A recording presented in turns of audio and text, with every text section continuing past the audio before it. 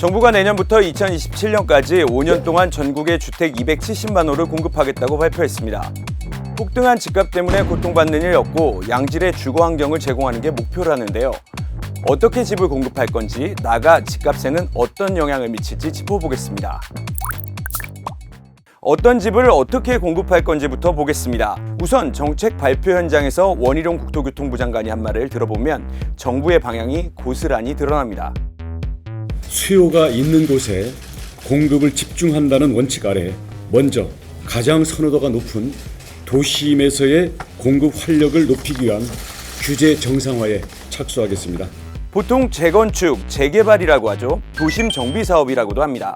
사람들이 많이 살고 싶어하는 서울, 수도권, 또 지방 대도시에 오래된 집, 아파트를 헐고 새로 지어서 공급을 늘리겠다는 겁니다.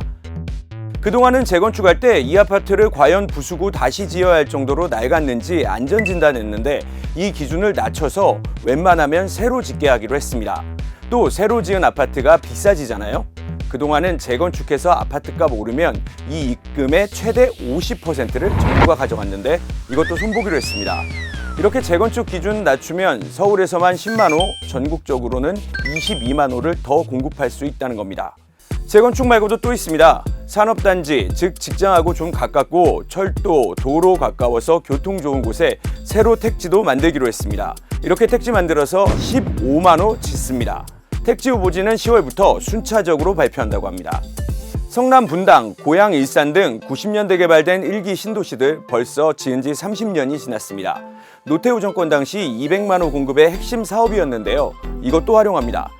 1기 신도시를 용적률도 높이고 도시 재탄생 수준으로 재건축해서 공급을 확 늘리겠다고 합니다. 청년과 신혼부부, 저소득층을 위한 공급 대책도 내놓긴 했습니다. 청년 원가주택과 역세권 첫집이 대선 공약이었는데요. 앞서 말씀드린 공공택지나 재건축 과정에서 규제 완화와 용적률 상승으로 생긴 집들을 건설 원가 수준, 그러니까 시세의 70% 정도 선에서 제공하는 겁니다. 이런 집 살 때 돈 없으면 저리의 초장기 모기지론도 지원합니다.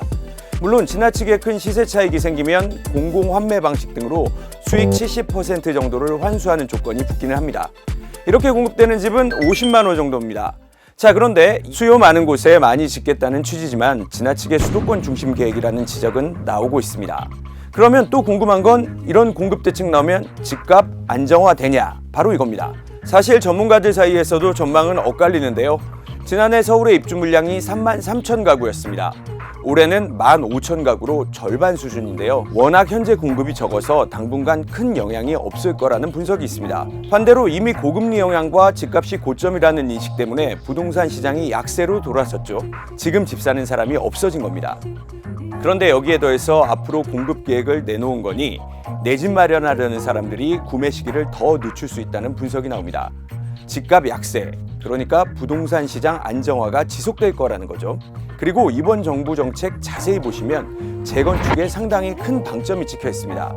이 정책으로 혜택을 볼 사람 중에 이미 재건축 아파트를 갖고 있는 집 부자들도 상당히 많은 겁니다.